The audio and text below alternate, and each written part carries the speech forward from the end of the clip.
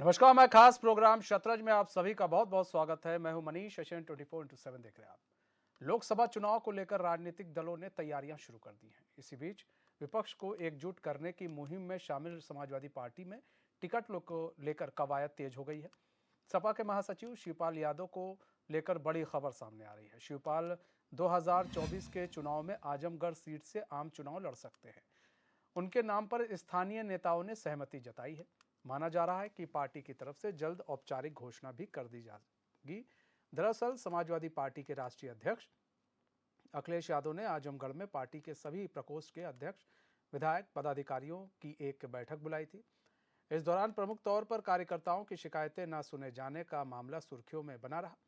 Party workers ने कहा कि वे जिले में बड़े नेताओं के आने पर स्थानीय कार्यकर्ताओं की मुलाकात नहीं हो पाती है और वो अपनी समस्या बताने में असमर्थ रहते हैं। सभी विंग के अध्यक्षों की शिकायत पर पार्टी अध्यक्ष ने भी सहमति जताई। बता दें कि साल 2019 के लोकसभा चुनाव में इस सीट पर सपा नेता मुलायम सिंह यादव ने जीत दर्ज की थी और इसके बाद इस सीट पर अखिलेश यादव ने भी साल 2019 के चुनाव में बड़ी जीत दर्ज की थी। हालांकि फिर साल 2022 में हुए उपचुनाव में इस सीट पर सपा को हार का सामना करना पड़ा था। सपा के उम्मीदवार धर्मेंद्र प्रधान को बीजेपी नेता दिनेश लाल यादव नरहुआ ने हराया था। वहीं अब आजमगढ़ सीट, क्योंकि एक अहम सीट हो जाती है आजमगढ़ सीट, इसको लेकर अब जो सपा है वो काफ़ी तैयारी कर रही है। ये सिर्फ आजमगढ़ सीट के समीकरण नहीं है, ऐसे कई जगह है, जैसे रामपुर की भी हम बात आपको कर लें, मैनपुरी की बात कर लें, जहाँ पर दबदबा है। तो जिस जिस सीटों पर अखिलेश यादव या समाजवादी पार्टी का दबदबा है और जहाँ पर इस वक्त बीजेपी ने अपना दबदबा मना लिया है, वहाँ पर जो अखिलेश यादव हैं वो ये चीज़ समझ चुके हैं कि ऐसे जगहों पर ऐसे व्यक्ति को उतारा जाए जो जीत दर्ज कर सकता है। अब हम आजमगढ़ की बात कर लें तो स्वर्गीय मुलायम सिंह यादव भी वहाँ से चुनाव लड़े, जीते। फिर उनके बेटे अखिलेश यादव वहाँ से चुनाव लड़े, जीते। लेकिन जब धर्मेंद्र प्रधान चुनाव लड़े तो वो हार गए। तो ऐसे में ये माना जा रहा है कि शिवपाल यादव को जिम्मेदारी दी जा सकती है आजमगढ़ से चुनाव को लड़ने की कि भाई आप चुनाव लड़िए, क्योंकि वहाँ के लोगों का भी यही मानना है। तो ऐसे में ताकि ये जो सीट खो गई है, जो निरहुआ के हाथ में है, दिनेश लाल निरहुआ के हाथ में है, वो फिर से सपा के पाले में एक बार फिर से आ जाए। फिलहाल अभी औपचारिक रूप से कोई इसकी पुष्टि नहीं हुई है, लेकिन ये कयास लगाए जा रहे हैं। तो यहाँ पर देखिए, यहाँ पर MY फैक्टर को खेलने की कोशिश की जा रही है। अब यही MY फैक्टर रामपुर में भी खेलने की कोशिश की जाएगी। एक तरफ आप देख रहे होंगे थर्ड फ्रंट को लेकर अखिलेश यादव लगातार मीटिंग कर रहे हैं, कभी नीतीश से, कभी ममता से। आपने देखा पटना में मीटिंग हुई, अखिलेश यादव गए। तो ऐसे में अब चीज़ों को मजबूत करने की कोशिश कर रहे हैं।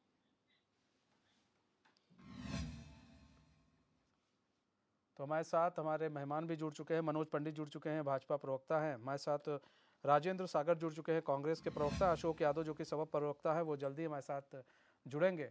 फिलहाल बहुत बहुत स्वागत है HN में आप दोनों ही मेहमानों का। राजेंद्र सागर जी, आपका पहले रुख कर लेते हैं। राजेंद्र सागर जी, आजमगढ़ से आप लोग अपने प्रत्याशी उतारेंगे कि नहीं उतारेंगे? सीधा सा सवाल है सर। जी, मैं आपका धन्यवाद देता हूँ इस डिबेट के लिए। जी जहाँ तक आजमगढ़ का सवाल है, तो ये हमारा राष्ट्रीय और जो प्रदेश नेतृत्व है वो उसको डिसाइड करेगा। वो जैसा वहां से निर्देश होगा वैसे आगे का जो है समीकरण बनाया जाएगा, वैसे आगे जो है उस पर विचार किया जाएगा। तो ये हम लोग नहीं, ये राष्ट्रीय नेतृत्व और प्रदेश नेतृत्व जिस तरीके से भी तय करेगा, हम उसके लिए आगे भविष्य की क्या वो है रणनीति, उसके लिए राष्ट्रीय नेतृत्व ही तय करता है। और वहां से जो भी तय होगा हम उसको पूरी तरीके से वहां लड़ाएंगे। राजेंद्र भाई, देखिए आप लोग मेहनत कर रहे हैं उत्तर प्रदेश के अंदर, चाह रहे हैं जीत जाए। ऐसे में आजमगढ़ भी एक इम्पॉर्टेंट सीट हो जाती है। तो क्या अगर शिवपाल यादव वहाँ से चुनाव लड़ते हैं, जिस तरह से रायबरेली और अमेठी में सपा नहीं उतारती है, खासकर रायबरेली में अब इस बार कह रही है हम दोनों जगह पर उतारेंगे सपा, तो ऐसे में क्या अगर चुनाव लड़ाती है, वहाँ से शिवपाल यादव लड़ते हैं, तो उनके अगेंस्ट में आप लोग क्या खड़ा करना चाहेंगे? आप लोग की जो मेहनत है उस पर पानी नहीं फिरेगा अगर वहाँ से आपका राष्ट्रीय नेतृत्व कह देता है नहीं वहाँ से कोई नहीं खड़ा होगा? देखिए, राजनीति एज ए टाइम जो प्रेजेंट टाइम होता है उस पर निर्भर करती है। उस समय क्या समीकरण बनते हैं, कौन से समीकरणों के हिसाब से जो है वहाँ चुनाव होगा, तो उसको फॉलो किया जाएगा। जो भी निर्देश होगा राष्ट्रीय नेतृत्व का, वो सारे कार्यकर्ता और जो भी नेता लोग हमारे वरिष्ठ नेता लोग, तो जैसा भी निर्देश करेंगे वैसा हम लोग जो है उसको फॉलो करेंगे और धरातल पे उतारेंगे। ठीक है अशोक यादव जी, हम मनोज पंडित जी आपका रुख कर लेते हैं। मनोज भाई, MY फैक्टर वहाँ पर देखने को मिल सकता है आजमगढ़ में, और सवाल ये है कि मनोज भाई वहाँ पर स्वर्गीय मुलायम सिंह ने चुनाव लड़ा, जीते, अखिलेश यादव चुनाव लड़े, जीते, लेकिन धर्मेंद्र प्रधान वहाँ से चुनाव हार गए थे निरुआ से। तो ऐसे में ये माना जाए कि अगर यहाँ से शिवपाल यादव चुनाव लड़ते हैं तो लोगों का झुकाव शिवपाल यादव की तरफ रहेगा, और इसलिए ज़्यादा फोकस ये दिया जा रहा है कि किसी ऐसे ही पार्टी के लोगों को यहाँ से टिकट दिया जाए जो चुनाव लड़ सके, क्योंकि उनको मालूम है चाचा लड़ेंगे तो शायद चाचा जीत जाएं, क्योंकि घर के आदमी हैं। पहले तो बहुत बहुत बधाई हो आपको कि हम लोग इस चर्चा में हम लोग सम्मिलित हैं। दूसरी बात ये कि मैं बता दूँ आपको कि अब ये जाति फैक्टर, MY फैक्टर, सब फैक्टर काम नहीं करते। अब तो सिर्फ मोदी जी का विकास काम करता है। मोदी जी की जो भारत को या देश को या प्रदेश को ले जाने की जो रफ्तार है वो काम करती है। अब आप ये देखिए कि रामपुर हो गया, चाहे वो मैनपुरी हो गया, चाहे आजमगढ़ हो गया, जहां पर ये लोग कहते थे कि भाई यहाँ पर हमारे सामने कोई खड़ा नहीं हो सकता, आज स्थिति क्या है ये सब आपके सामने है। अब जनता विकास चाहती है, जनता किसी भी चीज की ये नहीं कि ये सीट आपके नाम लिख दी गई तो आप इसमें जीतेंगे। वहीं देखिए कि कांग्रेस ने भी जो है रायबरेली अमेठी का हाल आप देखिए ना, राहुल गांधी खुद चुनाव हार गए, कहाँ साउथ में जाना पड़ा उनको। तो अब तो जनता उसी के साथ खड़ी होगी जो विकास का काम करेगा, जो जनता के हित का काम करेगा। अब आप ये कि बहलाने फुसलाने वाली राजनीति अब आगे चलने वाली है नहीं मनीष भाई। तो ये अपने दिमाग से निकाल दें कि वहां पे यादव खड़े होंगे तो चुनाव जीत जाएंगे, या अभी धर्मेंद्र यादव भी तो चुनाव लड़े थे, तो धर्मेंद्र यादव भी सपा के बहुत बड़े नेता है, छोटे नेता नहीं है धर्मेंद्र यादव। तो मेरा मानना ये है कि वहाँ समाजवादी पार्टी का जो गढ़ था वो सिर्फ इसलिए ध्वस्त हो गया कि समाजवादी पार्टी ने कोई काम ही नहीं किया था। अखिलेश जी, मनोज भाई आपको रोकना चाहेंगे, हमारे साथ अशोक यादव भी जुड़ चुके हैं, सपा के प्रवक्ता। अशोक जी स्वागत है चैनल में आपका। जी मनोज भाई बात पूरी करें अपनी। तो अखिलेश यादव भी वहां से 3 साल जो है मेंबर ऑफ पार्लियामेंट रहे, तो कहीं ना कहीं जनता ने जो भरोसा उन पर जताया था वो बीच में छोड़ के चले गए वहां से। तो जो व्यक्ति जनता के भरोसे पे कायम नहीं रहेगा तो कहीं ना कहीं जनता उस पर जो है भरोसा नहीं करेगी। और अब उत्तर प्रदेश में चुनाव विकास के काम पे नाम पे होने वाला है, और जो काम हुए हैं उत्तर प्रदेश में, जो लॉ एंड ऑर्डर, जो शिक्षा, जो रोड, जो स्वास्थ्य के जो काम चल रहे हैं, लोग उसी पे काम करना चाहते हैं। आप देखिए पूर्वांचल एक्सप्रेस वे बना, कहाँ आपको 6-6, 7-7 घंटे लगते थे आजमगढ़ पहुंचने में और वहां पहुंचने में, आज 3-4 घंटे में आप पहुंच जाते हैं। तो ये विकास ही तो है और क्या है।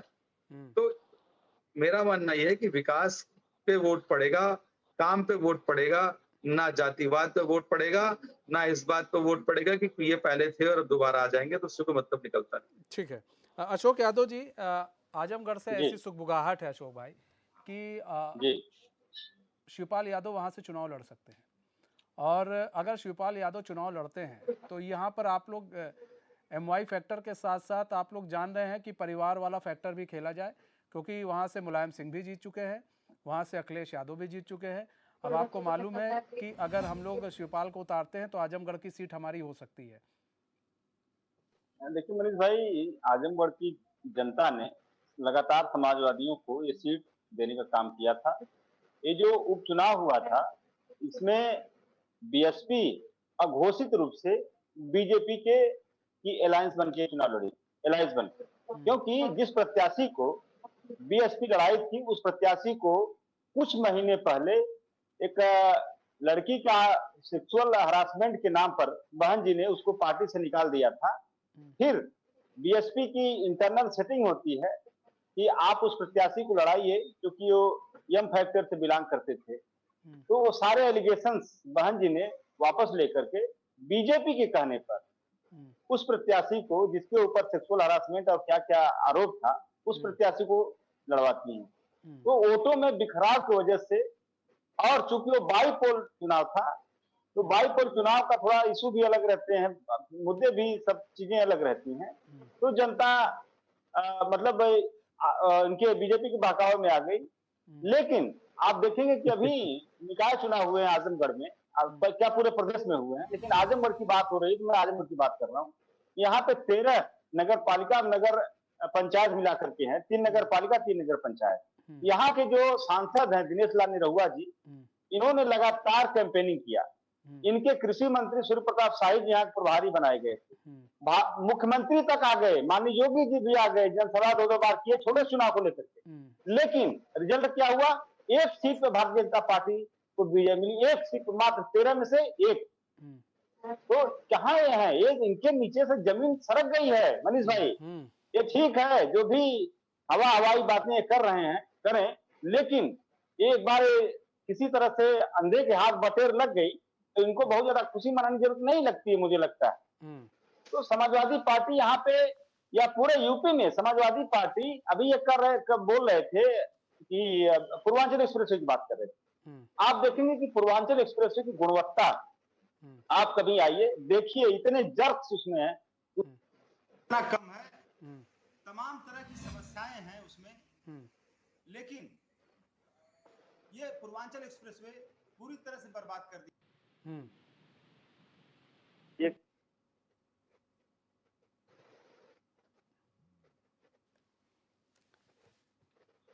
ठीक, हेलो, ठीक है। अशोक यादव जी से लगता है हमारा संपर्क टूट गया है, हम दोबारा संपर्क साधने की कोशिश करेंगे। मनोज पंडित जी, भाई इस बार तो जो सपा है वो एमवाई के साथ साथ एमडी प्रीफेक्टर भी खेलेगी। उसी पर वो सपा ने पूरा अपना एक पूरी अब रोड मैप तैयार कर रही है कि उत्तर प्रदेश में एमवाई के साथ साथ एमडी फैक्टर भी खेलना है। आप ये देखिए, जिनके इतने किले थे, चाहे वो आजमगढ़ हो, चाहे रामपुर हो, चाहे और कहीं की बात हम लोग करते हो, सब ध्वस्त हो गए ना। तो कहीं ना कहीं अब ये नहीं है कि आप जीतते चले आ रहे थे तो जीतते चले जाएंगे। अब तो ये परिस्थिति है कि जो काम करेगा, जो विकास करेगा, लोग उसकी बात करेंगे। ठीक है ना? ये सब ये इनको अपने दिमाग से निकाल देना चाहिए। और अच्छी बात है, चाचा को लड़ाएं या चाची को लड़ाएं या किसी को भी लड़ाएं, ये इनकी पार्टी है और इनका अधिकार है, किसी को भी लड़ाएं, उससे हमें कोई फर्क नहीं पड़ता। आप ये देखिए, जो बहन जी के साथ मिलकर चुनाव लड़े थे, इनके पास 10 सीटें थी, और जब उनके साथ मिलकर चुनाव लड़े तो 5 रह गई, 5 चली गई, और उनके पास 5 थी, उनके पास 10 हो गई। तो कहीं ना कहीं इनका गठबंधन या ठगबंधन जो बनाते हैं ये लोग, वो ज्यादा दिन चलता नहीं है। वो कहीं ना कहीं चीजें ब्रेक हो जाती हैं, चाहे कांग्रेस के साथ लो, चाहे बसपा के साथ लो, चाहे किसी और दल के साथ ले लो। तो ये सब चीजें अब मुझे लगता है बेईमानी है। अब उत्तर प्रदेश का चुनाव विकास के नाम पे होगा, कानून के नाम पे होगा, स्वास्थ्य के नाम पे होगा, इन सब पे चुनाव होगा। लेकिन अब ये जुमलेबाजी चलने वाली है नहीं मनीष भाई। लेकिन चुनाव से पहले तो भाई साहब पूरी तैयारी है। अब यहाँ तो दलितों का भी आ गया नाम, यहाँ पर तो अब मुस्लिम फैक्टर भी आ रहा है, तो कहाँ पर हो पाएगा ऐसे में चुनाव? कहाँ पर हो पाता है कि ऐसा देखने को तो बड़ा कम मिल रहा है आजकल चुनाव की। विकास पर हो चुनाव, किसी काम पर चुनाव हो, यहाँ तो चुनाव हो रहा है दलित और मुस्लिम पर। नहीं तो आप देखिए ना, हम लोग अब 9 साल की सरकार को पूरे हुए हैं, और पिछली बार से बम्पर सीटें और लेके आए। 2024 में आप ये देखिए कि पुराने रिकॉर्ड टूट जाएंगे। तो कहीं ना कहीं विकास किया है, जनता के मनों में विश्वास है, एक भरोसा कायम किया है, उसी पे चुनाव हो रहा है ना। उत्तर प्रदेश सबसे बड़ा प्रदेश है, 80 सीटें वहां से आती हैं, और प्रधानमंत्री की कुर्सी उत्तर प्रदेश से होकर गुजरती है, तो उत्तर प्रदेश सबसे अहम प्रदेश है और उत्तर प्रदेश में जो काम होते हैं वो लोगों को नजर आते हैं कि हाँ काम हो रहे हैं। ठीक है। अशोक यादव जी, अशोक यादव जी, चुनाव इस बार आप लोग किस चीज को लेकर लड़ रहे हैं? एक अशोक यादव जी, आप लोग का क्या इस वक्त चल रहा है मामला? एमडी फैक्टर चल रहा है कि एमवाई फैक्टर पर आप लोग चुनाव लड़ेंगे? क्योंकि देखिए, ये तो साफ हो गया है कि जिस तरह से दलितों को लेकर आप लोग बात कर रहे हैं, दलितों को लेकर कह रहे हैं भाई जातीय जनगणना करा दी जाए, फिर यहाँ पर मुसलमानों को लेकर बात की जा रही है, तो कहीं ना कहीं ये आप लोगों ने तय कर लिया है चुनाव इन्हीं दो चीज़ों के इर्द गिर्द ही लड़ना है सपा को। इसके ना इधर जाना है ना इसके इधर जाना है, ये बिल्कुल यही तय करके आप लोग चल रहे हैं।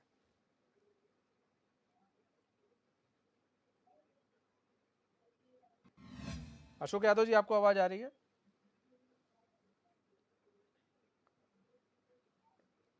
ठीक है, अशोक यादव जी से हमारा संपर्क टूट गया, दोबारा संपर्क साधने की कोशिश करेंगे। ठीक है, राजेंद्र सागर जी, राजेंद्र सागर जी, अब बुनकरों के साथ कांग्रेस जो है अब उनको साथ में लाने की कोशिश कर रही है, यानी कि अब जो मुस्लिम समाज है उस पर पूरी कोशिश यही है कांग्रेस की कि किसी तरह इनको अब अपने साथ में लाया जाए, क्योंकि जो मुस्लिम समाज है वो काफ़ी हद तक कांग्रेस को वोट करता है, कुछ हद तक वोट करता है। तो ऐसे में बुनकरों पर अब आप लोग का पूरा दांव खेला जा रहा है।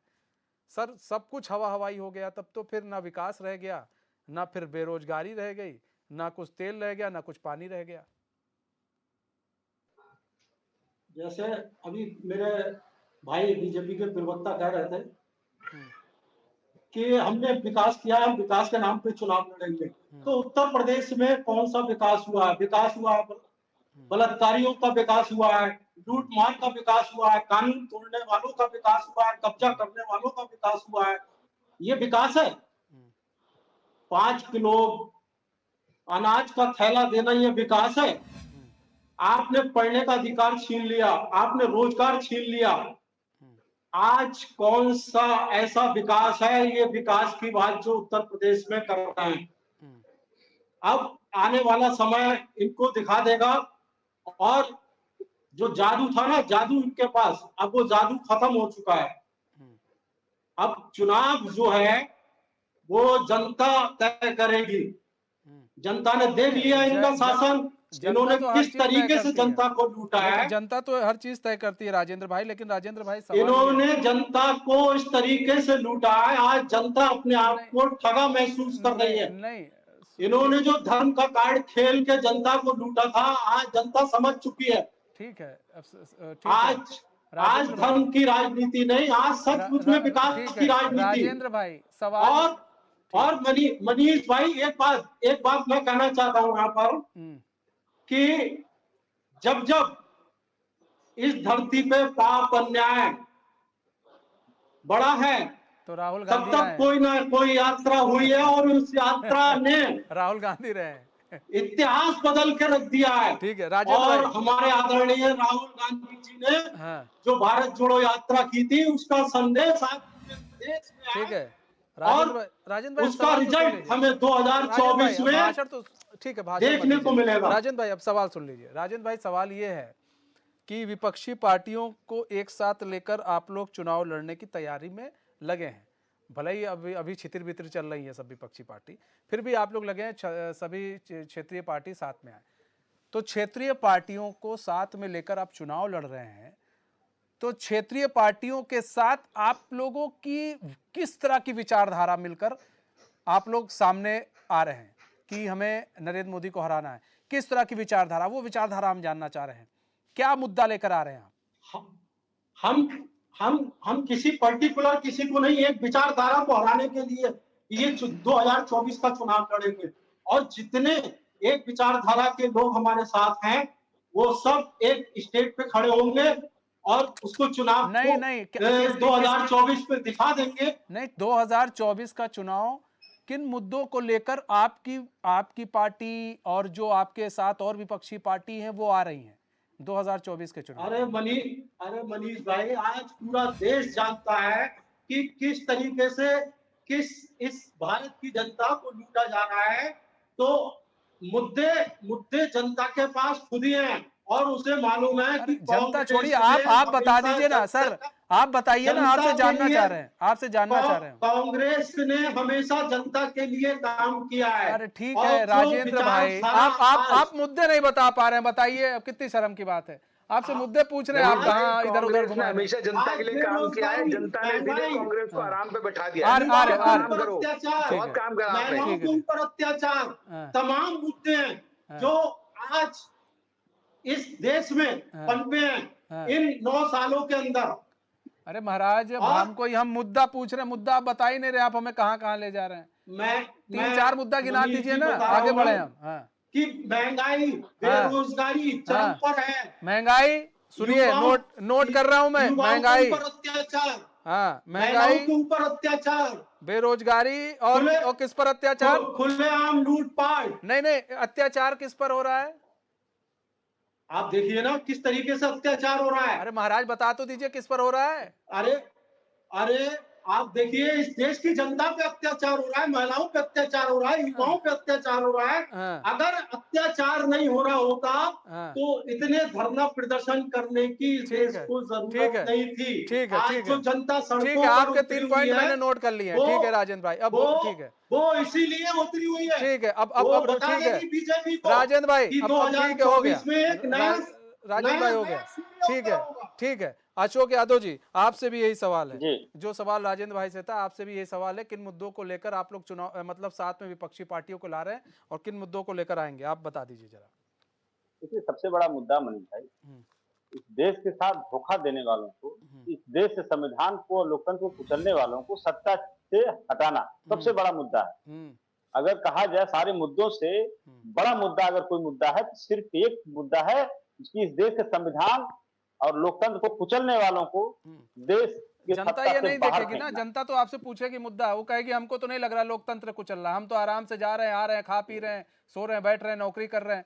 अब बताइए ना, ऐसे में तो ऐसे नहीं समझ में आएगा। मुद्दा बताइए, और क्या मुद्दा रहने, वो तो आपके मुद्दे मनीष हैं ना जी, कि लोकतंत्र कुचला जा रहा मनीष है। जी, हाँ, मनीष जी, हाँ, इस देश में हाँ, शिक्षा इतनी महंगी हो गई है ठीक है, कि मीडियम क्लास का फैमिली शिक्षा लेने में अक्षम है। ठीक है, शिक्षा हो गया, हमारे मुद्दे हैं, ठीक। शिक्षा को सस्ती किया जाए, और शिक्षा को सर्वसुलभ किया जाए, और स्वास्थ्य की जो क्षेत्र में लूट मची है, हाँ। स्वास्थ्य के क्षेत्र में जो लूट मची है उसको कम किया जाए। सरकारी अस्पतालों में सारी ठीक। दवाओं की अवेलेबिलिटी हो। ठीक है, सारे जो उत्तर प्रदेश में जिस तरह से एक जात विशेष के माफियाओं का संरक्षण दे रही सरकार, उसके खिलाफ मुद्दा हमारा है।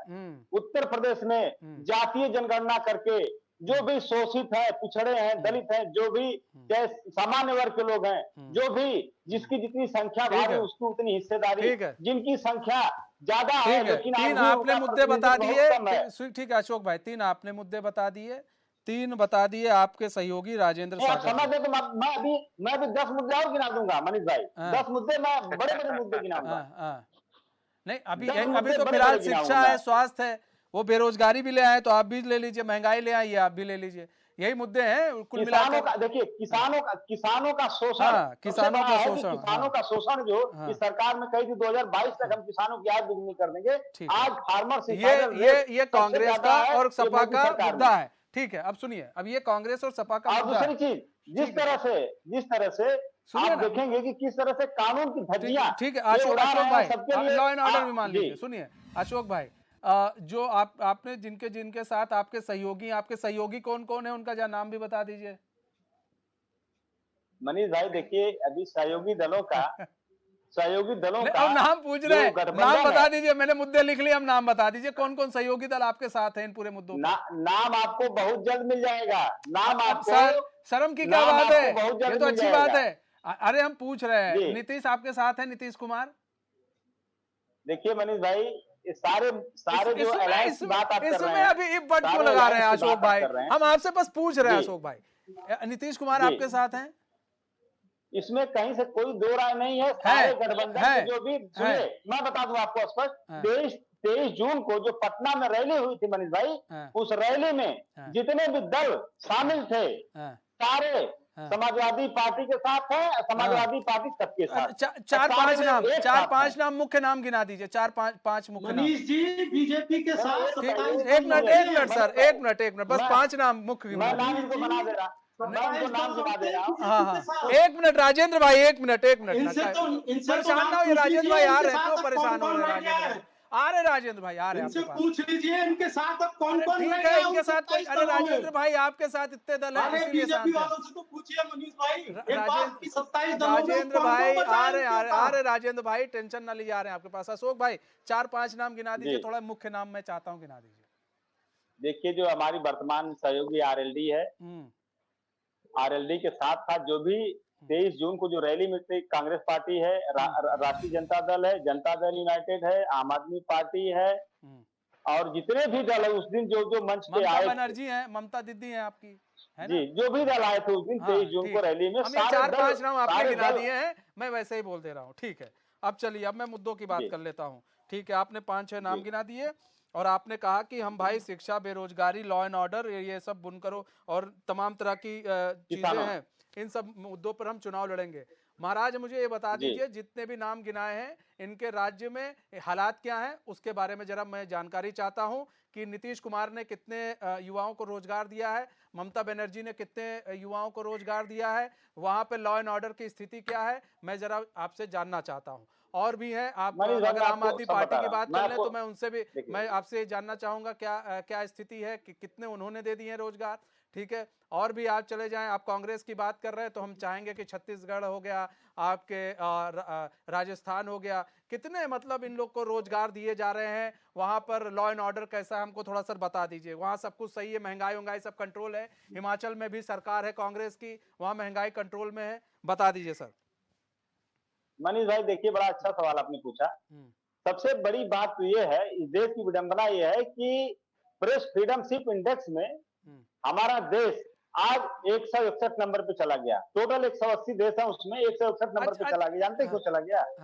क्योंकि मीडिया और विपक्ष को संवैधानिक अधिकार प्राप्त है कि वो सत्ता से सवाल पूछे, लेकिन विपक्ष तो अपना कार्य जिम्मेदारी से कर रहा है, लेकिन मीडिया का एक वर्ग इतना ज्यादा मोदी भक्ति में लीन है। मनीष भाई आप अपने ऊपर मत लीजिएगा, इतना ज्यादा मोदी भक्ति में लीन है कि मोदी जी से सवाल पूछने की कुवत नहीं है इस मीडिया में। एक मीडिया का बड़ा वर्ग है जिसके पास क्षमता नहीं है कि मोदी जी के पार्टी के किसी प्रवक्ता से या मोदी जी के किसी नेता से सवाल पूछ दे। नौकरी चली जा रही लोगों की। अच्छा चलिए, दैनिक भास्कर का पत्रकार स्मृति ईरानी से सवाल पूछ लिया, आपने उसकी मीडिया पर नौकरी सवाल चली उठा गई। दिया, चलिए ठीक है। आप देखिए, ऐसा मनीष भाई मैं आपको बता दूं, आप लोग जो है अपनी नौकरी बचाइए, क्योंकि अगर आप सवाल पूछेंगे आपकी भी नौकरी चली जाएगी, सुनिए सर, आपकी भी नौकरी चली जाएगी। मनीष कोई भाई बात नहीं, कोई बात नहीं, ठीक है। सुनिए, हमारी नौकरी के साथ चिंता ना कीजिए, हम लोग तो सोच रहे हैं कुर्सी कैसे बचे आप लोग की, आप लोगों के लिए।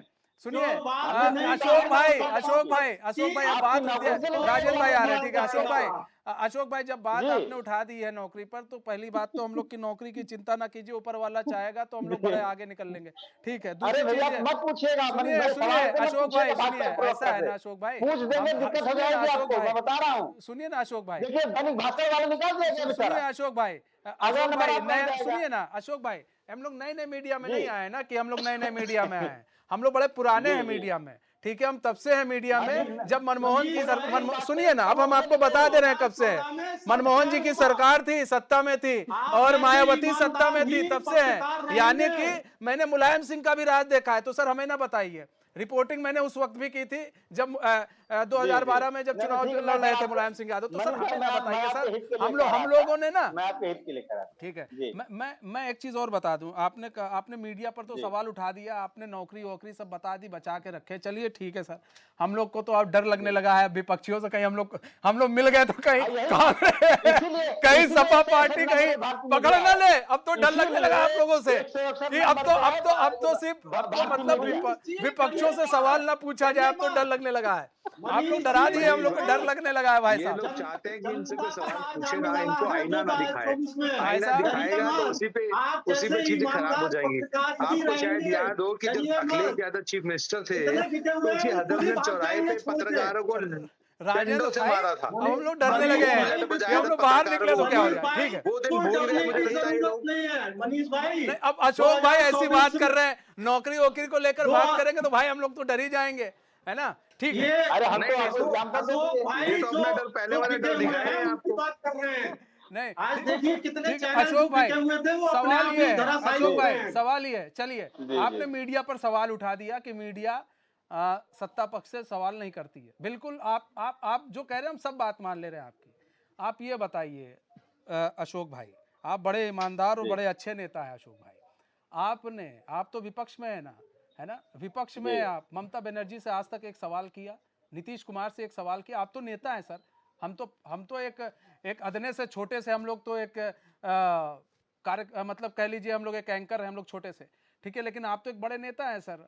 आप लोगों ने सवाल किया मनीष ममता भाई, बनर्जी से, मनीष आप लोग जी को किस देखिए, बात का डर है? समाजवादी पार्टी, देखिए हाँ। समाजवादी पार्टी उत्तर प्रदेश में विपक्ष में है, उत्तर प्रदेश में विपक्ष में है, न कि इस देश के विपक्ष में है। अब लीजिए उत्तर प्रदेश ऐसे बात विपक्ष में करेंगे है सर आप। और विधानसभा अशोक भाई विधान- ममता दीदी को तो आप झूला झुलाने के लिए तैयार हैं, नीतीश कुमार को झूला झुलाने के लिए तैयार हैं, और बाद में कह रहे हैं कि आप विपक्ष में, मतलब हम सिर्फ उत्तर प्रदेश में विपक्ष। ऐसे थोड़ी ना होता है।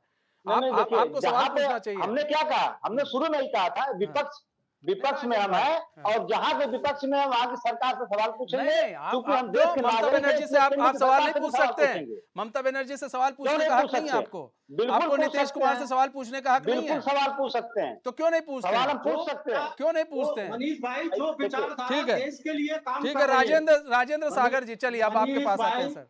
ठीक है राजेंद्र भाई, सवाल मेरा आपसे भी यही जी, है, ठीक है। अब वहां पर क्या अब पार्टी और नेता जनता से बड़े हो गए हैं? सवाल ये है, पार्टी और नेता जनता से बड़े हो गए हैं? राजेंद्र भाई। मनीष भाई भारत के अंदर जो भी दल उस विचारधारा के लिए काम कर रहे हैं, लोकतांत्रिक विचारधारा के लिए काम कर रहे हैं, वो सारे एक साथ होंगे। कैसे और राजेंद्र वो भाई एक लोकतांत्रिक? मंच पर होंगे। आप लोग अच्छे लीडर होके इस तरह की बात करते हैं तो थोड़ा शर्म आती। क्यों करते हैं आप लोग इस तरह की बात?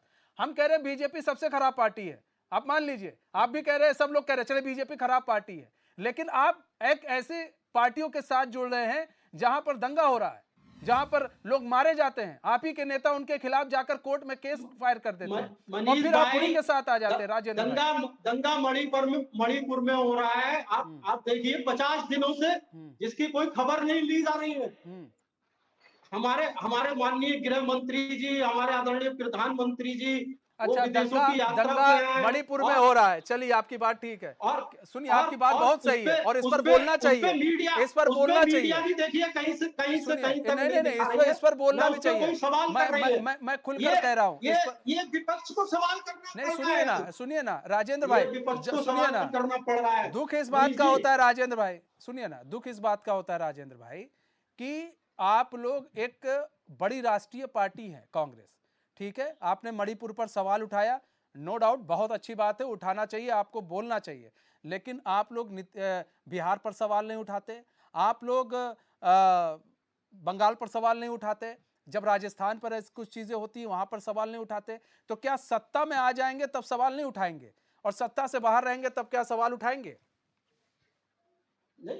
ऐसा कैसे होता है? देखिए कि ये जो विचारधारा जो काम कर रही है उसकी टेंडेंसी ये रही है कि जहां जहां सरकार नहीं है उनकी, अब ये बात कर रहे हैं, अब ये बात कर रहे हैं, उनको वहां पर इस अब ये बात कर रहे हैं, मणिपुर में किसकी सरकार है? उसको ठीक है, उसको इस तरीके से ठीक है, चलो, दंगाई और नहीं सर, ये गलत बात है, नहीं, गलत बात है सर, आप अपने हिसाब से जनता को गुमराह मत कीजिए। नहीं राजेंद्र भाई, अपने हिसाब से जनता को गुमराह मत कीजिए। अगर कांग्रेस पार्टी ये कहती, कांग्रेस पार्टी आज ये कहती कि ममता बनर्जी के राज में जो हो रहा है वो गलत हो रहा है, कितनी खुशी होती हम लोगों को। किस तरीके से ठीक है, बीजेपी बोल ना पाती आप लोग के खिलाफ। आप बताइए कि कहाँ मीडिया ने सवाल किया या वहाँ के जो है सत्ता पक्ष ने उससे वहां पर पूछा है, वहाँ लैंड एडर क्या है, ये सब चीजें किसी ने पूछी वहाँ कहाँ पे? लेकिन सवाल आता है, सवाल विपक्ष से नहीं पूछे राजेंद्र भाई कहाँ नहीं पूछे? सरकार उत्तर प्रदेश में बीजेपी की सरकार है, बीजेपी की सरकार है। उत्तर प्रदेश में क्या हो रहा है ये सबको अच्छे से मालूम है, लेकिन उस पर सवाल कोई नहीं करेगा। अभी देखिए आप, कुछ दिन पहले लखीमपुर की घटना है, तमाम ऐसी घटनाएं, उन्नाव की घटना हुई, कन्नौज की घटना हुई, इतनी घटनाएं उत्तर प्रदेश में हुई और सरकार ने उस पे एक भी मनोज पंडित नहीं जी, किया। मनोज और पंडित जी, उन नेताओं को, उन नेताओं भाई को ये लोग, प्रोटेक्ट भाई देखिए किया गया हो। सीधी सी बात है कि हाँ? जो विपक्षी पार्टी है वो तो उनका जो कहना वो साफ है कि भाई आप लोग जो है बार बार ये बात कहते हैं लोकतंत्र की हत्या, और यहाँ पर अब मुस्लिमों को लेकर जिस तरह से काम किया जा रहा है, क्योंकि अब बुनकरों को साधने की कोशिश कांग्रेस करेगी, जो सपा है वो भी अब मुस्लिमों को अपने साथ लाने के लिए पूरी पुरजोर कोशिश कर रही है, दलितों को साथ लाने की पुरजोर कोशिश कर रही है। आप कह रहे हैं हम विकास दिखाकर लाएंगे, लेकिन सर जो जनता है आप कब तक क्या दिखाएंगे उनको कि रोड ये वो, तो जनता उस चीज़ को नहीं देखेगी। जनता कुछ और मांग रही है, जनता और देखना चाह रही है आपसे, और एक्सपेक्टेशन कर रही है। तो किस तरह से उस जनता को समझाएंगे कि नहीं देखिए हम काम कर रहे हैं और ये काम हमने किया है, ये बेहतर किया है, क्योंकि जनता तक बहुत सारी चीज़ें नहीं पहुंच रही हैं। तो ऐसे में उस जनता को कैसे, आपको लग रहा है इस एक महीने में जो जनसंपर्क अभियान किया जा रहा है, उस एक महीने में क्या ये सारी चीज़ें हो जाएंगी? नहीं नहीं मनीष भाई, आप ये बताइए, उत्तर प्रदेश में 37 साल बाद एक इतिहास कायम हुआ ना दोबारा। अगर कहीं ना कहीं लोगों के मन में भरोसा जगा है तो वो कुछ किए हैं तभी तो भरोसा जगा है, वरना जो लोगों को, अब जिस नोएडा की बात हम लोग करें या आसपास के एनसीआर क्षेत्र की बात करें, तो बड़ा उद्योगपति यहाँ उद्योग लगाने आता नहीं था। क्यों नहीं आता था? कि कहीं उसके दिमाग में एक डर का माहौल रहता था और वही सोचता था कि अगर मैंने उत्तर प्रदेश में कहीं अपनी बड़ी फैक्ट्री लगा दी तो मुझे गुंडा टैक्स देना पड़ेगा और मैं सुरक्षित नहीं रहूंगा और चीजें खराब हो जाएंगी। आप ये देखिए कि उत्तर प्रदेश को नंबर 1 प्रदेश बनाने की दिशा में जो काम किया जा रहा है, उससे सब लोग, आप भी सहमत होंगे मुझे लगता है, क्योंकि ये देखिए कि हर जिले में जो बेरोजगारी की बात थी कि आप जिले का नौजवान जिले से बाहर काम करने क्यों जाए, जब उसे घर में ही रोजगार मिलेगा तो वो वहीं पर काम करेगा, और जो वहां काम करेगा तो वो उसका पोटेंशियल ज्यादा होगा, वो ज्यादा काम कर पाएगा। और जिस जिले में जिस चीज की उत्पादक ज्यादा होता है उस जिले में वहीं पे वो बनाया जाए। जैसे अलीगढ़ में ताले हैं, मुरादाबाद में ब्रास का काम होता है, और खुर्जा में ग्रोसरी का काम होता है, और बहुत सारी भदोई में कारपेट का काम होता है। तो बहुत सारी चीजें ऐसी हैं जहां पर जो चीजें बड़ी फेमस है और जहां उसका काम होता है, उस नौजवान को वहीं रोजगार दिया जाए तो चीजें बढ़ेंगी आगे। और इसी बीच आप देखिए कि कानून व्यवस्था की क्या हालत थी। हम लोगों ने जनता के मन में विश्वास जगाया है, ये चीजें जगाई हैं कि कहीं फर्नीचर कारोबार वो बंद हो गए, ऐसे जिलों के भी नाम गिना दीजिए। अब आप ऐसे बीच में बोलेंगे तो राजेंद्र भाई, जो बोलना चाहूंगा तो समझ नहीं पाएंगे समझ आप। में भी आएगा। राजेंद्र भाई एक करके बोलिए, आप समझ पाएंगे। देखो हमारा, हम सबका उद्देश्य डिबेट करने का ये है कि ताकि हम जनता तक एक चीज को पहुंचा सकें, बता सकें कि सार्थक डिबेट का मतलब क्या होता है। आप अपना पक्ष रखें, आपका सरकार पे सवाल उठाना जायज है, विपक्ष सवाल उठाएगी और हम जवाब देने के लिए बैठे, हमें जवाब देना है। तो ये जनता, बाकी आखिरी अदालत तो जनता की अदालत है, जो फैसला वहां पे होगा वो सब आपके लिए भी, मेरे लिए भी, सबके लिए सर्वमान्य है, उसे मानना भी चाहिए। तो मनीष भाई, जो 37 साल का रिकॉर्ड टूटा उत्तर प्रदेश में, छोटी बात नहीं है, ये बहुत बड़ी बात है। यहाँ पर अब फैसला तुरंत होता है। यहाँ पर देखिए, आप इतने बड़े बड़े वटवृक्ष बना दिए थे, सपा बसपा सबने मिलके, जो छोटे छोटे बदमाश थे, आज उत्तर प्रदेश में उनका हाल देखिए क्या है। आज अतीक अहमद को देखिए, मुख्तार अंसारी को देखिए, हाजी इकबाल को देखिए, ये इतने बड़े माफिया हो गए थे कि जो पैरेलल सरकारें चला रहे थे, आज कहाँ है, कोई नाम लेने वाला बचा नहीं उनका। तो कहीं ना कहीं एक आम आदमी को, मनीष भाई, इस चीज की आवश्यकता होती है कि वो जो महीने की तनख्वाह होती है जिसको कमाता है, उसे लेके अपने बच्चों के साथ एंजॉय कर पाए, अपने बच्चों को पढ़ा सके और अपने बच्चों का इलाज करा सके, अच्छी बेहतर शिक्षा दे सके। और दूसरी बात, जैसे अभी कह रहे थे कि भाई शिक्षा की बात करते हैं, शिक्षा में तो इतना बड़ा बदलाव किया गया। आप, भारत सरकार ने इतना बड़ा बदलाव करते, शिक्षा की नीति बदल दी कि आप बच्चे को सिर्फ रट्टू तोता नहीं बनाना है, उसमें काबिलियत पैदा करनी है, उसमें एक ऐसी चीज कि जो बच्चा काबिलियत होगी तो काम करेगा, 8वीं के बाद उसे प्रशिक्षण दिया जाएगा, मनोज भाई देखिए, सवाल भी देखिए समझने वाली चीज है कि यहाँ पर आज हम, पहली बात तो हम आजमगढ़ पर हैं, लेकिन सवाल कई हैं क्योंकि लोकसभा का चुनाव होना है। तो यहाँ पर बात हो जा रही है कि भाई ये सारे विपक्षी दल एक साथ आ रहे हैं, ठीक है। आजमगढ़ के लिए अब शिवपाल यादव चुनाव लड़ेंगे, अब मैनपुरी इनकी सीट है ही है। और बात कर ले रामपुर में भी, जैसे आपने देखा आजम खान की कहा जाता है गढ़ है, लेकिन वहाँ पर सेंधमारी हो गई 2 जगह पर। लेकिन सर अब इन लोगों के बीच में बात इसलिए हो रही है क्योंकि यहाँ पर मुस्लिम ज़्यादा हैं, और कहीं पर मुस्लिम ज़्यादा हैं, कहीं पर यादव ज़्यादा हैं।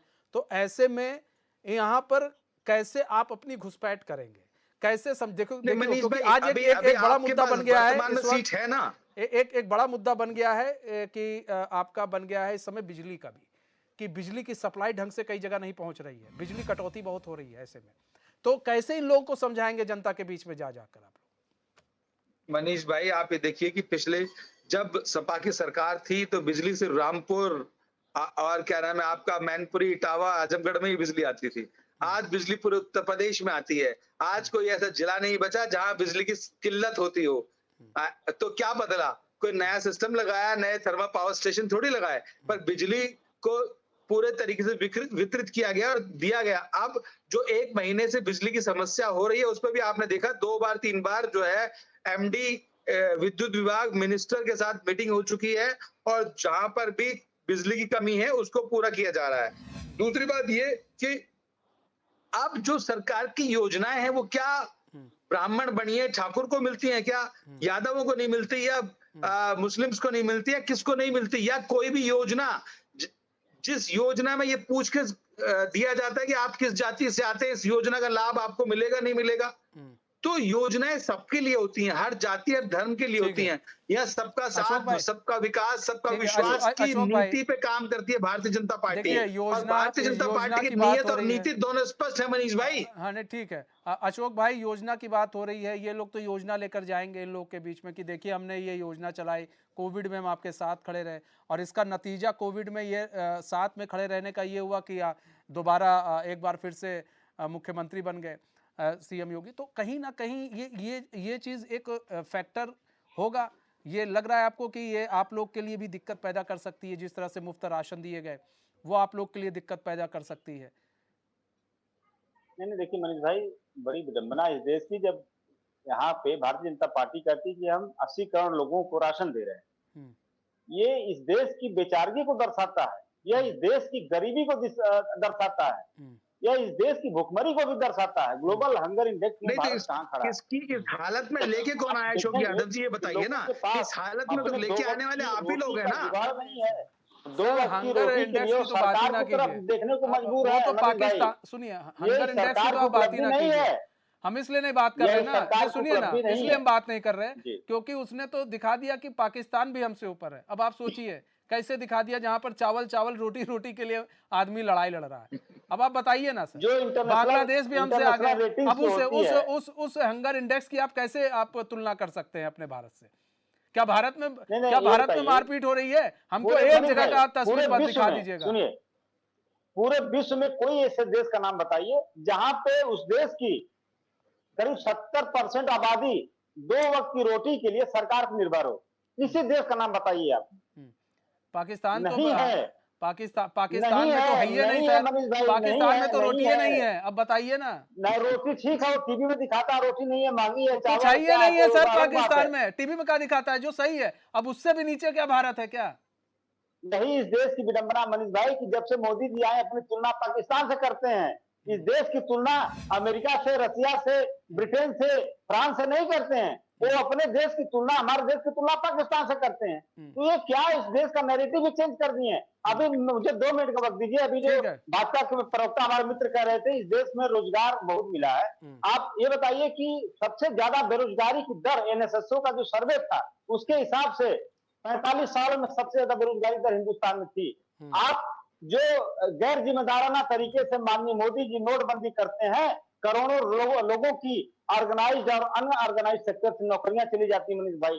करोड़ों ऐसे सेक्टर्स बंद हो जाते मनीष हैं भाई, जहाँ पे लोग नोटबंदी छोटे-मोटे को कारोबार भारत की करते सर्वोच्च थे। अदालत आप देखेंगे बता गाँव में चुकी है कि गलत शहर नहीं की था, सारी ठीक था। आबादी जो आप ये देखिए शहर में किसी भी काम चीज धंधा को हम करते लोग थे, ऐसी चीजों गाँव पे में बात आके करें बैठ गए हैं, जिनका 5 तथ्य किलो हो, जिन राशन पे मैं आधार हो। ठीक है। आधारहीन हर बातों गुटखा करने नहीं का चलता। बात करने का ये कोई फायदा देश का नहीं है। आलम है। ये कह रहे थे कि जो उत्तर प्रदेश में जो इन्वेस्टर बहुत आए हैं, अभी उत्तर प्रदेश में इन्वेस्टर समिति हुई थी, यहाँ पे एक टीम बनाई है माननीय मोदी माननीय योगी जी ने, वो इन्वेस्टर को ढूंढने के लिए टीम बनाई है, वो इन्वेस्टर गायब है, वो इन्वेस्टर गायब है। इन्वेस्टर समिति अटेंड करने के बाद इन्वेस्टर गायब है यूपी से, उसके लिए उसको ढूंढा जा रहा है। ये आलम है। और अब कानून व्यवस्था की बात कर रहे हैं, सत्ता के संरक्षित बदमाश, सत्ता संरक्षित बदमाश पुलिस अभिरक्षा में, यह एक रिकॉर्ड है, पुलिस अभिरक्षा में लोगों की हत्याएं कर रहे हैं जज के सामने, पत्रकार के सामने। इस देश का क्या हो गया इस प्रदेश को? इस प्रदेश में ऐसा तो कभी नहीं हुआ आजादी के बाद से। अब ये कानून व्यवस्था की बात करते हैं, कैसी कानून व्यवस्था है ये? किसी भी मुद्दे पर, बिजली की बात कर रहे थे ना, मैं अभी बिजली की बात पे कर रहे थे, एक भी पावर हाउस का नाम बताएं जो इन्होंने लगाया है। हमारी सरकार ने जो पावर हाउस लगाए थे, बिजली घर में बनाए थे। और जो ये बिजली की बात कर रहे हैं, हिंदुस्तान में अगर महंगी बिजली उत्तर प्रदेश में है, सबसे महंगी बिजली बंबई के बाद हिंदुस्तान की बिजली है, अरे सॉरी यूपी की बिजली है पूरे हिंदुस्तान में। ठीक है। इतना ज्यादा बिजली के नाम पर शोषण हो रहा है। ठीक है राजेंद्र, ये सिर्फ और सिर्फ लोगों को बरगला करके, हिंदू मुस्लिम कर करके जितना अपना एजेंडा सेट कर लें, वही इनकी बहादुरी है। लेकिन जनता ये सब जान गई। ठीक है राजेंद्र जी, सर आप जी, लोग जी। किस तरह से यूपी को जीतने की कोशिश कर रहे हैं? देखिए अभी तो चल रहा है आप लोगों का गठबंधन, ठीक है कि चलिए आप लोग गठबंधन में आते हैं कि नहीं आ पाते हैं ये तो अलग बात है। अब मीटिंग चल रही है, अभी फिर से मीटिंग होगी आप लोगों की, बड़ा अच्छा मीटिंग चल रहा है आप लोग का। तो ऐसे में क्या क्या समझा जाए, उत्तर प्रदेश से आप लोग चुनाव लड़ेंगे कि नहीं लड़ेंगे? और देखिए, खासकर मैंने आजमगढ़ पहले की भी कहा था सीट मनीष से। भाई कि ये भविष्य की जो भी राजनीति होगी वो नेतृत्व तय करेगा। जो आदेश होगा उत्तर प्रदेश के कार्यकर्ताओं और नेताओं के लिए, हम उसको जो है नहीं फॉलो वो तो करेंगे, चलिए, वो आपकी उसी बात पे समझ काम गए, करेंगे। केंद्र अभी नेतृत्व तय करेगा, अभी वो ये समझ भविष्य गए। की बात है। लेकिन और राजेंद्र भाई आपका और मन क्या है, सबसे बड़ी आजमगढ़ चीज से है, चुनाव लड़ा जाए कि ना लड़ा जाए? देखिए, भारत में जितने भी लोग हैं एक विचारधारा के, और जो देख रहे हैं इस देश को खोखला किया जा रहा है, वो सारे लोग, उन सारे लोगों को एक मंच पे हाँ, ठीक आना है, चाहिए। ठीक आज है। देश का आजमगढ़ से लोकतंत्र चुनाव लड़ा जाए बचाने कि के ना लड़ा लिए, जाए? राजेंद्र देश भाई को बचाने के लिए। राजेंद्र भाई आजमगढ़ से चुनाव लड़ना चाहते हैं कि नहीं लड़ना चाहते हैं आपकी पार्टी के लोग? मैं पुनः मुनीष भाई आपसे फिर कहना चाहता हूं कि अभी ये भविष्य की नहीं बात है, वो तो और भविष्य के जैसा गर्द में राष्ट्रीय छुपा है, वो नेतृत्व, ठीक है सर। जैसा आपकी राष्ट्रीय बात नेतृत्व आदेश करेगा उस पे काम किया जाएगा। राजेंद्र भाई हमारे आपकी यहाँ बात से मैं सहमत हूँ। हमारे यहाँ पूरा एक पैनल बैठता है। ये नहीं है कि एक आदमी ने घोषणा कर दी और उसको सब फॉलो कर दे हाँ और उसकी जय जयकार कर रहे हैं। हम सारे पूरा हमारा जो है पूरी ठीक है टीम की मीटिंग राजेंद्र होगी, भाई, लेकिन सवाल ये है कि पार्टी वहां की से आप चुनाव लड़ना, सारे दलों की मीटिंग नहीं वो होगी। ठीक है, जो आजमगढ़ वार्ता से कर रहे चुनाव हैं इस आप समय, लोग के पार्टी के लोग लड़ना चाहते हैं कि नहीं चाहते हैं कि नहीं, ये बताइए हाँ या ना। नहीं, वो तो जैसा बाकी की बात माहौल है। होगा, जो उस समय भूमिका बनेगी उस पर अमल किया जाएगा। राजेंद्र भाई आपके मुंह से जवाब नहीं निकल पा रहा है। ठीक है मनोज भाई, हाँ अभी भाई जितना ये रट के आए हैं उतना ही बोलेंगे, चाहे आप कुछ भी पूछ लो, इसके अलावा कुछ बोलेंगे नहीं, ठीक है ना। तो ये एक निबंध पढ़ के आती है कांग्रेस, और उस निबंध के आगे इधर उधर नहीं जा सकती, उतना ही बोलेगी। आप ये देखिए 17 दल मिलकर एक आदमी के पीछे लगे हैं, तो इस बात से उम्मीद लगाई जा सकती है कि वो एक आदमी कितना पावरफुल है, या जनता का कितना सपोर्ट है उस व्यक्ति को। जहाँ की जहाँ 17 के 17 लोग मिल गए, 17 के 17 दल मिलके जो है आज भाजपा का विरोध कर रहे हैं। तो क्या मतलब है इस बात का? कहीं ना कहीं भाजपा अच्छा काम कर रही है, अच्छी चीजें बना रही है, तो भाई सारे लोगों को इकट्ठा होना पड़ा। ठीक है मनोज भाई ठीक है राजेंद्र भाई, ठीक है आप ठीक है राजेंद्र भाई, एक मिनट ना, राजेंद्र भाई एक सेकंड सुनिए ना। देखिए अभी आप जवाब भी नहीं दे पा रहे हैं सर। आप बताया कि ठाकुर बनिया ब्राह्मण को बिजली नहीं मिल रही है, बिजली यादव को भी मिल रही है, मुसलमान को भी मिल रही है। तो ये हर चीज में उस जातिवाद धर्म को जोड़ना चाहते हैं और उसी में इनकी राजनीति ठीक है लेकिन अशोक भाई सवाल ये है, जनता जानती है उसका रिजल्ट रायबरेली और कर्नाटक में दिया, अमेठी से हिमाचल में दिया, आप आने लोग वाले उतारेंगे समय में अपने प्रत्याशी की राजस्थान, नहीं? छत्तीसगढ़, पूरे देश मनीष में, भाई देखिए, आप जो पूरे है देश में जो हाँ। लोकसभा यहाँ पे निकाली हुई है कांग्रेस और सपा उसपे के प्रवक्ताओं में झगड़ा लगाना चाह रहे हैं, ठीक है। आप ऐसी बात कर रहे हैं, बताइए। अब हम आपसे सवाल पूछ रहे हैं, आप कह रहे हैं झगड़ा लगवा रहे हैं। हम तो जस्ट सिंपल ये सा जो सवाल है है सर, फिर आप कहते हैं लीजिए। ये जो है हाँ, ये सवाल जो है हाँ। हम लोगों के पार्टी की जो शीर्ष नेतृत्व है, ये जो गठबंधन हम होगा आपसे भी कह रहे हैं, उसमें बात डिसीजन होगा आपकी मनीष बिल्कुल भाई। ठीक है, सब शीर्ष नेतृत्व तय जी। करेगा, लेकिन आपकी इच्छा है जी। कि नहीं इच्छा है रायबरेली से, अमेठी से आपका भी प्रत्याशी लड़े और चुनाव जीते? ऐसा देखिए, इच्छाओं का कोई सीमा नहीं होती मनीष भाई, हाँ, इच्छाओं की कोई सीमा नहीं होती है, अब तो आप इच्छाएं असीमित होती अब तो हैं, आप बाबाओं की तरह ठीक है। बात करने लगे महाराज। हम कह रहे हैं ये बताइए कि आप लोग चाहते हैं कि नहीं चाहते? बस एक हाँ या ना में सिंपल सा जवाब है, बाबाओं वाली बात नहीं है। देखिए अशोक भाई, हाँ, देखिए मनीष भाई, जब जब आप किसी दल से संबंधित होते हैं हाँ, तो उस दल की विचारधारा के हिसाब से आपको बोलना होता है। इसमें कोई व्यक्तिगत पसंद नापसंद, इच्छा अनिच्छा नहीं होती है। हाँ, और रायबरेली हो, चाहे अमेठी हो, चाहे आजमगढ़ हो, या कोई भी सीट हो, हाँ, ये सारी सीटों पे हाँ, जो भी डिसीजन होगा मनीष भाई, आप बार बार सवाल पूछेंगे, बार बार हम यही जवाब देंगे। हाँ। ये सारी चीजें जो चलिए है हम प्रवक्ताओं दूसरा के सवाल पूछ बस लेते की हैं। बात नहीं है चलिए कि उसको अशोक बता भाई, दें हम कि दूसरा हमें सवाल कहाँ आपसे लड़ना, पूछ कहाँ लेते नहीं हैं। लड़ना। ठीक है अशोक भाई, हम दूसरा सवाल पूछ लेते हैं। आप लोग जी। चाहते हैं कि कांग्रेस पार्टी उत्तर प्रदेश में चुनाव लड़े? देखिए दूसरा गठबंधन सवाल है, अब ये मत तो कहिएगा, जाहिर सी दूसरा बात है। सवाल है मेरा ये। हम्म, देखिए गठबंधन है, हम्म, और गठबंधन धर्म होता है मनीष भाई, हाँ, ये एक दूसरे से मिलकर लड़ना। हाँ, और उस क्रम में जो भी सीटें कांग्रेस के खाते में आएगी, जो फार्मूला तय होगा, नहीं, उन सीटों पे कांग्रेस फार्मूला लड़ेगी। तो आप लोग का हम जितना बता दें। फार्मूला हमारे पक्ष में आएगा उतना में सपा लड़ेगी। हाँ, नहीं वो सुनिए तो ना, फार्मूले के ऊपर डिपेंड आपके करता है। आपके यहाँ का बंटवारे फार्मूला, में जितने सीट आएंगे उसमें हम लड़ेंगे। नहीं नहीं, आपके यहाँ का फार्मूला तो ये था ना कि आपके यहाँ नेता, बड़के नेता कहे थे, राष्ट्रीय अध्यक्ष जी भी कहे थे कि भाई फार्मूला कि कांग्रेस पार्टी के साथ हम जब गठबंधन में चुनाव लड़े तो वो जो है अपना वोट हमारी तरफ कन्वर्ट नहीं कर पाई, हमारा वोट तो उधर चला गया, वो उनका वोट हमारी तरफ कन्वर्ट नहीं हुआ, और यही कारण रहा कि हम लोग टाई फिस हो गए। मैंने तो भाई ऐसे देखिए, में क्या आपको लग रहा है? हर चुनाव का अलग अलग आउटकम्स होता है, हाँ, ठीक है। तो एक चुनाव कोई सारे भविष्य के चुनाव का निर्धारण नहीं कर देता, ये चुनाव का रिजल्ट। परिस्थितियां बदलती रहती हैं, और वो बदलते हुए परिस्थितियों के हिसाब से चुनावी रणनीति भी बदलती है दलों की। हाँ, तो उसी क्रम में मैं कह रहा हूं कि जो भी फार्मूला सेट होगा, उस फार्मूले के तहत जितना सीटें सपा को मिलेगी और जितना सीटें कांग्रेस को मिलेंगी, जितना सीटें और सहयोगी दलों को नहीं मिलेंगी, बस वो सिंपल सारी सा सीटों सवाल पे है, लड़ा वो जाएगा। ठीक है, वो फार्मूला। आप चाहते हैं कांग्रेस जी। चुनाव लड़े उत्तर प्रदेश से? अरे फिर आप अजीबोगरीब बात पूछ रहे हैं आप। नहीं नहीं, वो क्यों? फार्मूला देखिए, आप ना ये बताइए, बताइए। इसलिए क्योंकि नहीं। क्योंकि आप ही के मनीष यहाँ, भाई। सुनिए, आप ही के यहाँ ये फार्मूला सेट किया, हम लोग का अलग से फार्मूला नहीं है।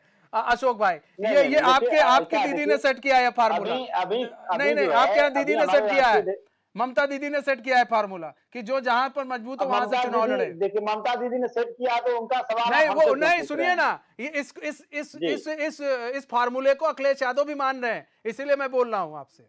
तो इस चीज को नहीं, आप मान हमारे रहे हैं कि राष्ट्रीय नहीं अध्यक्ष कि जी, मतलब हमारे कांग्रेस पार्टी चुनाव लड़े? हमारे राष्ट्रीय अध्यक्ष जी का यही मानना था, जिस प्रदेश में जो दल मजबूत है उसको वरीयता दी जाए, उसको सहयोग किया जाए, ठीक है, उनका ये मानना है। ठीक है सर, ठीक है। बहुत ठीक है सर, बहुत जी। बहुत धन्यवाद सभी मेहमानों को हमारे साथ जुड़ने के लिए और अपना बहुमूल्य समय देने के लिए हमें। तो हमारे इस खास पेशकश में बस इतना ही, अब मुझे इजाजत, तो खबरों के साथ बने रहने के लिए देखते रहिए एचएन न्यूज़। नमस्कार।